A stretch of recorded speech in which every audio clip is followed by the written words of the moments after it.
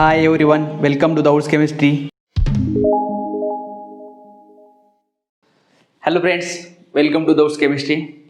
So 27 December 2020ला जो paper झाला होता सेटचा, आपण त्याची एक टेंटेटिव्ह आन्सर की ह्या व्हिडिओमध्ये बघणार आहोत. सो स्टार्ट करू फर्स्ट क्वेश्चनपासून. जो फर्स्ट क्वेश्चन होता तो काय होता, इंडोल दिलं होतं आणि रिएजंट दिले होते, राईट. सो दोन रिएजंट होते आपले, फर्स्ट हा आणि सेकंड हा. सो फर्स्ट जो रिएजंट होता तो काय होता आपला DMA-POCl3 in aqueous NaOH. So हा जो रिएजंट आहे तो काय विल्समेयर हॅक फॉर्म्युलेशन रिएक्शनचा रिएजंट आहे. सो विल्समेयर हॅक फॉर्म्युलेशन ग्रुप काय करतो, CHO ग्रुप, अल्डेहाइड ग्रुप काय करतो तुमचा इंट्रोड्यूस करतो. सो जर ऑप्शन बघितले तर दोन ऑप्शनमध्ये अल्डेहाइड ग्रुप काय होता आपला अपसाइड, आणि अनदर दोन ऑप्शनमध्ये अल्डेहाइड ग्रुप प्रेझेंट होता. मग तिथे एक ह्या कार्बनवर प्रेझेंट होता आणि एक ह्या कार्बनवर प्रेझेंट होता, राईट. मग दोघांमध्ये जर डिफरन्स बघितला तर हा काय येतोय तुमचा हेट्रोसायक्लिक रिंग प्रेझेंट किंवा हेट्रोसायक्लिक ॲटम प्रेझेंट असलेला रिंग, आणि ही काय येते विदाऊट हेट्रोसायक्लिक रिंग, फक्त बेन्झीन रिंग. म्हणजे न्यूक्लिओफिलिसिटी असते ती इथे काय असते तुमची हाय असते आणि इथे काय असते लो. त्यामुळे जी फॉर्म्युलेशन प्रोसेस होईल ती कुठे होणार आहे, इंडोलच्या 3rd नंबरला. आणि जो करेक्ट ऑप्शन होता आपला तो काय असणार आहे, करेक्ट ऑप्शन इथे आपला हा नायट्रोजन, इथे हायड्रोजन डबल बॉन्ड आणि हा CHO ग्रुप. सो करेक्ट ऑप्शन जो होता तुमचा Vilsmeier Haack formylation reaction indole DMA-POCl3 in aqueous NaOH. So तो काय देतो तुमचा CHO हा प्रोडक्ट देतो, ठीक आहे. सो करेक्ट ऑप्शन आपला काय आहे तिथे हा करेक्ट ऑप्शन आहे. नेक्स्ट जो होता तो हा कंपाऊंड दिलेला होता. ही पण इंडोलचा सिंथेसिस आहेत from phenyl hydrazine and acetophenone. So phenyl hydrazine and acetophenone जेव्हा रिॲक्ट करतात तर तेव्हा काय करतात, इंटरमिडिएट हा जनरेट करतात. बघा, जेव्हा ॲसिटोफिनॉन आणि फिनिल हायड्रेझिन रिॲक्ट करेल तेव्हा काय आपला हा इंटरमिडिएट जनरेट होतो, PHCH3. काय हा इंटरमिडिएट जनरेट होतो, आणि हा जो इंटरमिडिएट आहे तो पुढे काय तुमच्या फिशर इंडोल सिंथेसिससाठी काय इम्पॉर्टंट आहे. सो फिशर इंडोलमध्ये काय होईल, अगोदर हा जो CH2 असतो तो काय होतो, टोटोमेरिझम दाखवून एक 3,3 सिग्माट्रॉपिकसाठी अवेलेबल होईल असा एक इंटरमिडिएट जनरेट करतो. सो NH हा काय परत NH बनेल आणि डबल बॉन्ड CH2 CH3 असा एक इंटरमिडिएट बनतो. आणि हा इंटरमिडिएट 3,3 सिग्माट्रॉपिक नंतर परत हा बेन्झीन ॲरोमॅटिक बनतो आणि हा बेन्झीनचा अटॅक नंतर हा इंडोल जनरेट होतो. सो जो करेक्ट इंटरमिडिएट होता तो कोणता होता आपला, हा होता फिशर इंडोल सिंथेसिसमध्ये. आणि P जो आहे तो कोणता असणार तुमचा, हा असेल, ओके. सो नेक्स्ट जो आहे क्वेश्चन तो आहे the starting material in the following reaction is, आणि हे क्वेश्चन दिलेले आहेत. सो इथे दोन जे most probable according to me जे आहेत, मला जे असं वाटतंय तो हा कन्सिडर आहे. ह्या क्वेश्चनमध्ये मी शुअर नाही आहेत पूर्ण. सो हा ओके, हा एक आयसोमराइज अल्डेहाइड प्रेझेंट होता, आणखी एक जो की डबल बॉन्ड तुमचा कुठे इथे प्रेझेंट दिलेला होता. सो हा तुमचा काय तिथे रिॲक्शनमध्ये इन्व्हॉल्व होणार नाहीत. जो इन्व्हॉल्व होईल रिॲक्शनमध्ये तो कोणता कंपाऊंड इन्व्हॉल्व होणार आहे, फक्त हा बॉन्ड काय होईल तुमचा इन्व्हॉल्व होईल, ओके.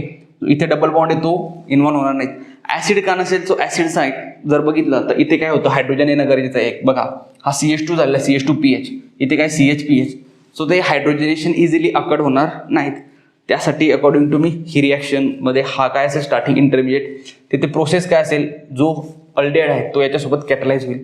कार्बोनिल ग्रुप जो आहे C डबल बॉन्ड आणि अल्किन त्यावर कॅटलाइज होऊन अल्किन न्यूक्लिओबिलिक वेने याच्यावर अटॅक करेल, OH मायनस होईल आणि नंतर हायड्राइड जो आहे तो इथे ट्रान्सफर होऊन परत हा कार्बोनिल ग्रुप परत जनरेट होण्याचे चान्सेस आहेत, ओके. निगेटिव्ह चार्ज परत शिफ्ट होऊन. सो करेक्ट ऑप्शन हा यायला हवा तिथे. नंतर जो फोर्थ क्वेश्चन होता तो हा गिवन होता, 4 दिलेले होते ना, कॉलम 1 आणि कॉलम 2 मध्ये 4 दिलेले होते. Terpene, alkaloid, steroid, polysaccharide. Simply terpene दिलेले आहेत आणि इकडे काय तुमच्याकडे स्ट्रायकिन, कॉर्टिसोन आणि कायटिन आणि कॅम्फर. सो टर्पिन म्हटल्यानंतर कॅम्फर काय येतं तुमचं, टर्पिन येतो. सो एचं काय येतं 4th. पॉलिसॅक्राइडमध्ये कायटिन हा पॉलिसॅक्राइड आहे तुमचा. सो डीचं काय येतं तुमचं 3rd. असं तुमचं एकच ऑप्शन गिवन होतं अशाच ऑप्शनमध्ये. सो एचं 4 आणि डीचं 3rd असे काय तुमचं फर्स्ट ऑप्शन प्रेझेंट होतं. स्ट्रायकिन हा अल्कलॉइड आहे, बीचं फर्स्ट येतं, आणि स्टेरॉइड जो आहे तो कार्टिसोन आहे. सो सीचं 2nd. मग करेक्ट ऑप्शन ह्यामध्ये जर बघितलं तर हे करेक्ट ऑप्शन आहेत, ओके. त्यानंतरचा जो क्वेश्चन होता तो होता which of the following is not reducing sugar. So reducing शुगरमध्ये जी मेन कंडिशन असते ती काय असते, ॲनोमेरिक कार्बन ॲटम वर फ्री OH प्रेझेंट असणं. सो हे तिन्ही जे कार्बोहायड्रेट मॉलिक्यूल आहेत या तीनही कार्बोहायड्रेट मॉलिक्यूलवर काय आपले डी फ्रुक्टोज, डी रायबोज, सेल्लोबायोज या तिन्ही कार्बोहायड्रेट्सवर ओके तिथे काय प्रेझेंट असतात तुमचे फ्री OH असतात ॲट ॲनोमेरिक कार्बन. कुठे ॲनोमेरिक कार्बनवर. आणि इथे काय असतो तो अब्सेंट असतो. मग त्यामुळे हा रेड्युसिंग शुगर म्हणून ओळखला जात नाही. सो हा नॉन रेड्युसिंग शुगर आहे सुक्रोज. हा काय तुमचा नॉन रेड्युसिंग शुगर. सुक्रोज हा नॉन रेड्युसिंग शुगर म्हणून तुमचा ओळखला जातो. का तर सुक्रोज हा कशापासून बनतो फ्रुक्टोज आणि ग्लुकोज. मग फ्रुक्टोज आणि ग्लुकोजपासून जेव्हा तो सुक्रोज बनणार आहेत तर तो काय होतो ॲनोमेरिक कार्बनचे जे OH असतात ते काय तिथे बॉन्ड ग्लायकोसायडिक बॉन्ड फॉर्म करतात. आणि तो जो ग्लायकोसायडिक बॉन्ड जो आहे तो OH ने ह्या जो इथे OH जो असतो ॲनोमेरिक कार्बनचा तो OH त्याच्यामध्ये इन्व्हॉल्व होतो. सो तो OH इन्व्हॉल्व झाल्यामुळे जो सुक्रोज येतो नॉन रेड्युसिंग शुगर असं टेंडन्सी दाखवतो. शुगर जी रिड्युसिंग टेंडन्सी असते तिथे ती काय होते त्याची डिस्ट्रॉय होते. ओके. सो नेक्स्ट जो आहे क्वेश्चन नंबर 6. क्वेश्चन नंबर 6 मध्ये विचारलं गेलेलं होतं डिल्स-एल्डर रिॲक्शन विचारली गेली होती क्वेश्चन नंबर 6 मध्ये. आणि मिथॉक्सिडाईन दिलेला होता ना, मिथॉक्सीब्युटाडाईन दिलेला होता. सो OMe ग्रुप हा काय आपला इलेक्ट्रॉन डोनेटिंग ग्रुप. मिथॉक्सीब्युटाडाईन गिवन होता. आता जर OMe येतोय काय गिवन होता क्वेश्चन नंबर 6 मध्ये OMe. ओके. आणि डिल्स-एल्डर रिॲक्शन विचारलेली होती. त्यांनी विचारलेलं काय होतं which of the following compound will react fastest with dine A under thermal condition. So fastest विचारलेले आहेत डाईन सोबत. सिम्पली दोन तुमचे काय असेल डायनोफाईल असणार आहे तिथे जे फास्ट रिॲक्ट होऊ शकतात. त्या 4 मध्ये एक आहे फ्युरन आणि दुसरं आहेत इमिडाझोल. असे हे 2 का लिहिलेत मी. सो हे त्या दोघांमध्ये लिस्ट ॲरोमॅटिक आहे. ते बघितले सर्वांमध्ये काय हे 2 लिस्ट ॲरोमॅटिक आहेत. त्यामध्ये पण जर बघितलं तर हा काय इलेक्ट्रॉन डोनेटिंग डाईन आणि हा काय इलेक्ट्रॉन विड्रॉईंग डायनोफाईल. हा पण आहे स्लाइटली इलेक्ट्रॉन विड्रॉईंग पण हा इलेक्ट्रॉन डोनेटिंग येतो ते ऑक्सिजनमुळे. सो जो मेन होमोलुमो गॅप असतो डिल्स-एल्डर रिॲक्शनमध्ये इम्पॉर्टंट तो सॅटिस्फाईड कुठे होतो या ठिकाणी जास्त सॅटिस्फाईड होतो. ओके. या ठिकाणी जास्त सॅटिस्फाईड होतोय असं मला वाटतंय. सो माझा जो प्रायोरिटी आहे ती इकडे जास्त आहे. हा तुमचा लेस असेल. इथे जे असेल हा होमोलुमो गॅप काय करतो जास्त क्रिएट करतो. सो इथे असेल तुमचं लुमो ऑर्बिटल प्रेझेंट असेल आणि इथे काय असेल होमो. त्यामुळे जी रिॲक्शन असेल फास्ट ती कुठे प्रोसीड व्हायला हवी याच्यासोबत प्रोसीड व्हायला हवी. आणि करेक्ट ऑप्शन हे यायला हवं त्या रिॲक्शनसाठी त्या क्वेश्चनसाठी. नेक्स्ट क्वेश्चन होता क्वेश्चन नंबर 7. तिथे काय गिवन होतं आपल्याला 3 रिएजंट गिवन होते CH3CHO इन फोटोलिटिकल कंडिशन. सेकंड होता O3 in Me2S dimethyl sulphide आणि थर्ड होता ॲक्वियस NaOH. ओके. सो ही रिॲक्शन जर परफॉर्म केली CH3CHO ही रिॲक्शन काय आपली पॅटर्नो-बुची रिॲक्शन. काय पॅटर्नो-बुची रिॲक्शन COCH3H. सो जी पॅटर्नो-बुची रिॲक्शन आहे ती काय आपली 2+2 सायक्लो ॲडिशन. हा 2+2 सायक्लो ॲडिशनने हा इंटरमिजिएट जनरेट करेल. काय हा इंटरमिजिएट काय करेल आपला जनरेट करेल. नंतर O3 घेतलेला आहे. सो O3 घेतल्यानंतर Me2S हा काय करतो डबल बॉन्डला ब्रेक करून अल्डिहाइड किंवा कीटोन रिस्पेक्टिव्हली जनरेट करतो. सो इथे अल्डिहाइड बनेल इथे कीटोन बनेल. आपल्याकडे काय मिळेल इथे की 4 member ring as it is. जी 4 मेंबर रिंग प्रेझेंट इथे काय आपली ॲज इट इज. आता बघा हा कार्बन आहे ना इथे आणि इथे एक हा कार्बन आहे. सो इथे हा कार्बनला काय येईल आपला कार्बोनिल ग्रुप आणि इकडे काय येईल C+O CH3 हा कार्बन होता. सो इथे तुमचा हा ग्रुप आला आहे. नेक्स्ट काय आपल्याकडे ॲक्वियस NaOH. सो नेक्स्ट काय ॲक्वियस NaOH. ही सिम्पली काय intramolecular aldol condensation. So aqueous NaOH मध्ये हा CH3 जो आहे तो इथे अटॅक करेल. अटॅक केल्यानंतर OH बनेल आणि loss of H2O. So loss of H2O जर झाला आपला तर प्रोडक्ट काय येतोय आपला इथे डबल बॉन्ड O इथे double bond oxygen. So correct answer काय यायला हवं हे करेक्ट आन्सर यायला हवं. माझ्या याच्यामध्ये फर्स्ट ऑप्शन होता. सो ही करेक्ट आन्सर आहे क्वेश्चन नंबर 7चं. नेक्स्ट आहे क्वेश्चन नंबर 8. क्वेश्चन नंबर 8 मध्ये फ्री रॅडिकल रिॲक्शन विचारली होती. सो फ्री रॅडिकलवर बरंच तीन रिॲक्शन होते ह्यावेळेस फ्री रॅडिकलवर. क्वेश्चन नंबर 8 मध्ये पण जर बघितला तर alpha beta sterically hindered 3 member जर बघितलं तर तिथे काय alpha beta epoxy ketone given आहेत. काय आपल्याला क्वेश्चन नंबर 3 मध्ये given C double bond O, oxygen हा मिथिल ग्रुप, राईट. इथे कंडिशन आणि H2. So alpha beta epoxy ketone present आहे. आता फोटोलिटिकल कंडिशनमध्ये काय होईल, इथे काय इथर E2O. सो फोटोलिटिकल कंडिशनमध्ये काय होईल, हा तुमचा काय होतो alpha beta epoxy ketone cleave होतो. या साईडने का क्लीव होईल, सो फर्स्ट ऑफ ऑल जो रॅडिकल जनरेट होईल होमोलिटिकली क्लीव झाल्यानंतर हा काय असेल आपला ऑक्सिजन रॅडिकल, हा डबल बॉन्ड O आणि हा एक रॅडिकल, राईट. सो हा जो रॅडिकल असेल हा काय आपला स्टेबलाइज आहे bye electron withdrawing group, carbonyl ग्रुपने. त्यामुळे जो क्लिवेज असेल तो ह्या साईडने असेल, ह्या साईडने असणार का नाहीत. नेक्स्ट स्टेपमध्ये काय होतं, हा रॅडिकल काय करतो इकडे शिफ्ट करतो आणि एक मिथिल ग्रुपचा जो आहे तो ब्रेक होतो. हा जो इथे एक मिथिल ग्रुप आहे तो कुठे शिफ्ट होतोय, इकडे शिफ्ट करतो ह्या कार्बनवर. सो काय होतंय 1,2 CH3 रॅडिकल शिफ्ट, काय होतंय 1,2 CH3 रॅडिकल शिफ्ट. सो ही शिफ्ट जनरेट झाल्यानंतर इथे मिथिल ग्रुप होता आपला, काय होईल हा CH3 ॲज इट इज, हा double bond as it is. हा CH3 कुठे आला इथे, सो हा CH3 आणि ह्या काय झाला आहे हा रॅडिकल आणि हा एक रॅडिकल काय बनतो इथे C double bond O CH3. So हा काय जनरेट झाला C double bond O CH3 आणि मग काय होता या रिॲक्शनचा करेक्ट प्रोडक्ट काय होता, हा होता, राईट.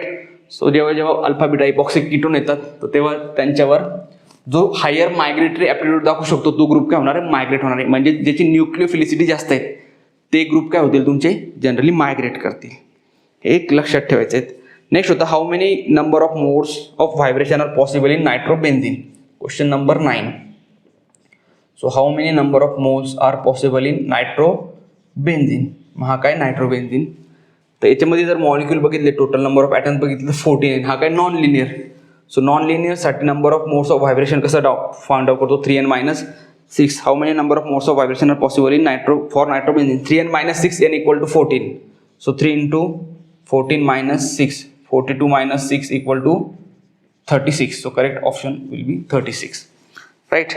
नंतर नेक्स्ट होतं the hydrogen bond strength, question number जो गिवन होता नेक्स्ट तो काय होता the hydrogen bond strength, the hydrogen bond strength in OH dot dot oxygen OH, hydrogen bond form केला नायट्रोजन सोबत आणि OH.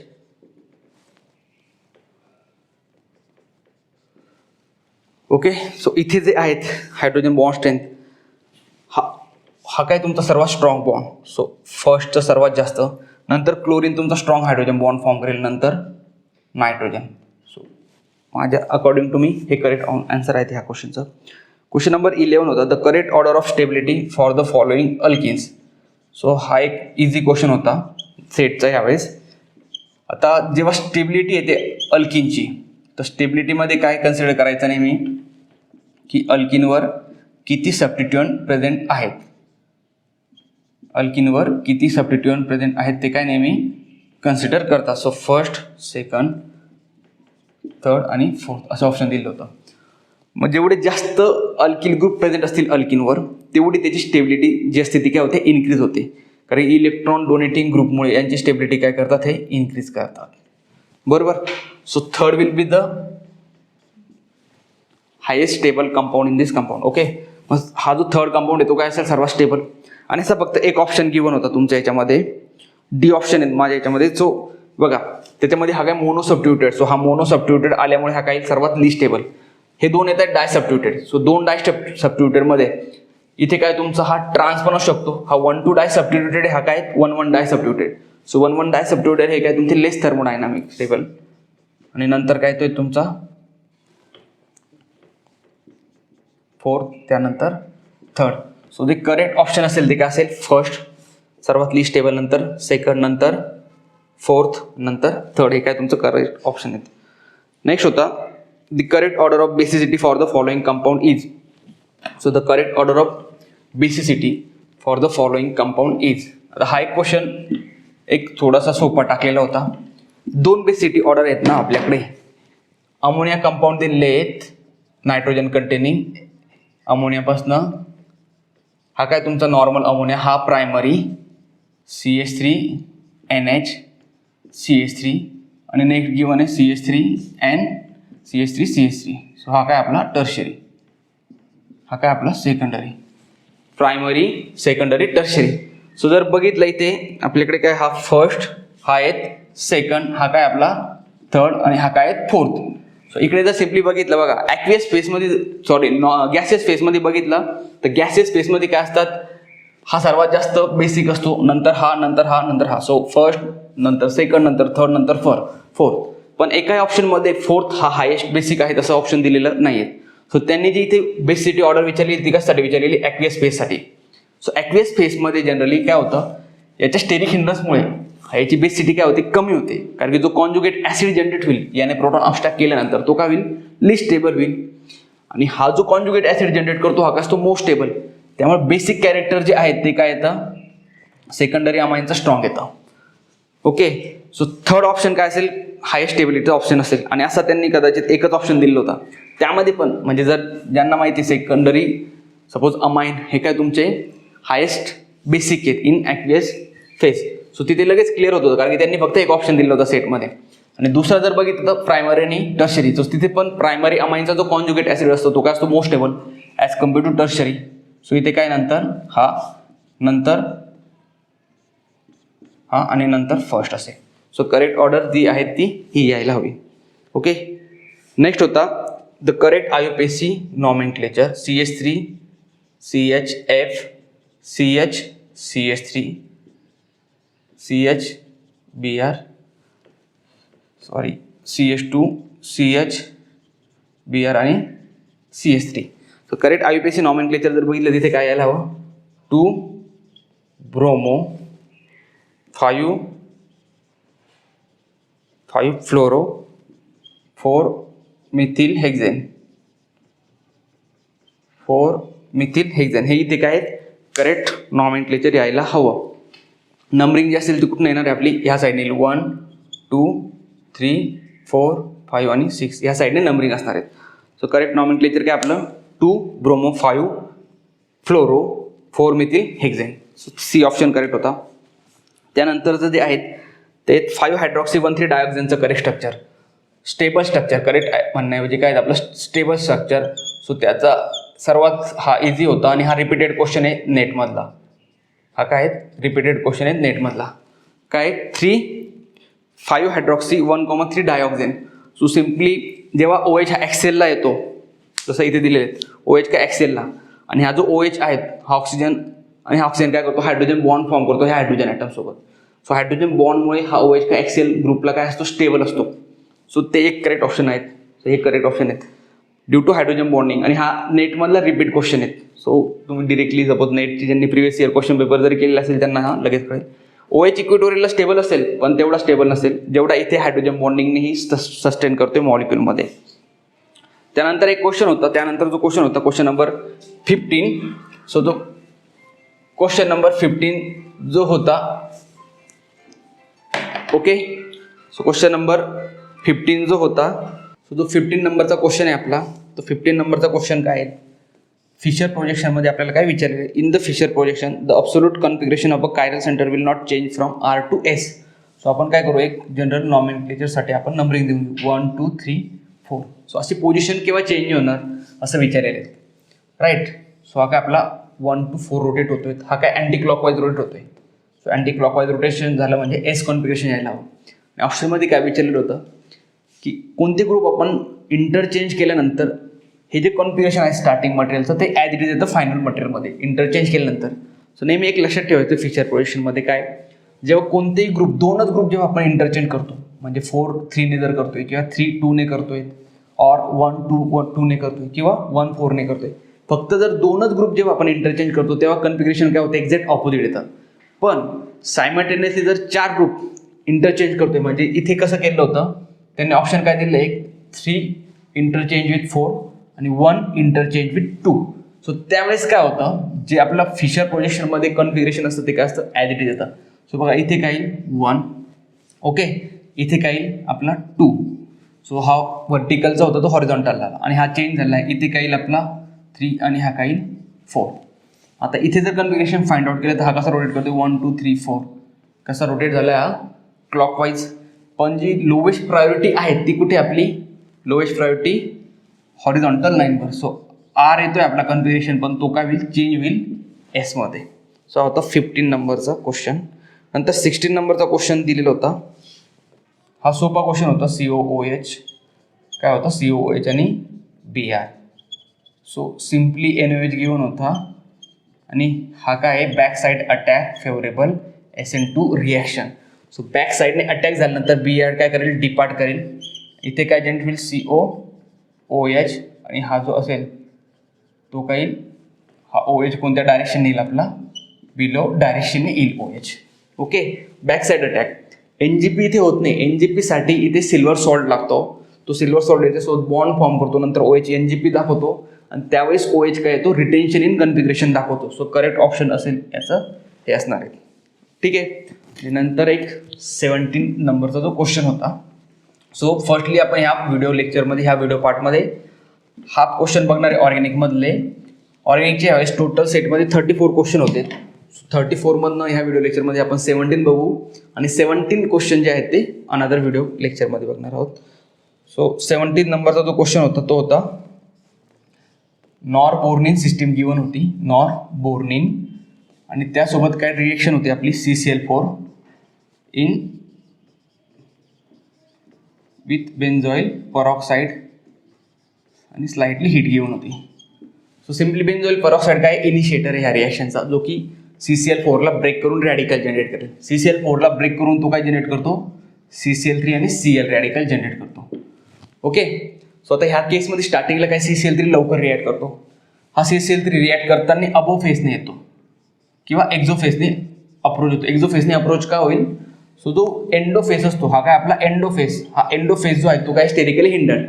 मग हा एंडोफेस स्टेरिकली हिंडर्ड असल्यामुळे, कशामुळे, ह्या केज सिस्टीममुळे, या केज सिस्टीममुळे स्टेरिकली हिंडर्ड येतो. अशी केज सिस्टीम इथे प्रेझेंट, तर त्यामुळे हा स्टेरिकली हिंडर्ड आहेत. सो जो आहे तो अबोव साईडने येतो. मग हा CCl3 जर अबोव साईडने आला, इथे काय येते CCl3 आणि इथे काय जनरेट होईल, रॅडिकल. सो जो Cl रॅडिकल असतो तो कोणत्या साईडने येतो, तुमचा एक्झो ऐवजी एंडो साईडने येतो. सो एंडो साईडने काय येतोय आता, CCl3 काय तुमचा एक्झो फेसला. डायपोल रिपल्शन पण असेल तिथे स्लाइटली. सो ते डायपोल रिपल्शन मिनिमाइज करण्यासाठी हा जो Cl आहे तो कोणत्या साईडने येतो, कोणत्या साईडने येतो, हा Cl जो आहे तो एंडो साईडने येतोय. ठीक आहे. और जर बघितलं प्रोडक्ट काय, CCl3 exo, Cl endo, trans addition होते. सो मोस्ट ऑफ द केसेसमध्ये फ्री रॅडिकल ॲडिशन जी असते सायक्लिक कंपाऊंडवरती ट्रान्स असते, त्यामुळे हा प्रोडक्ट काही मेजर येईल. ओके. सो हे होते हाफ क्वेश्चन, 17 क्वेश्चन होते ऑर्गॅनिकमधले. हाफ 17 क्वेश्चन हे आपण नेक्स्ट व्हिडिओ लेक्चरमध्ये बघणार आहोत. ओके. सो जर तुम्हाला व्हिडिओ आवडला असेल तर तुमच्या अदर फ्रेंड्सबरोबर शेअर करा आणि दौड्स केमिस्ट्री चॅनलला सबस्क्राईब करा. थँक्यू.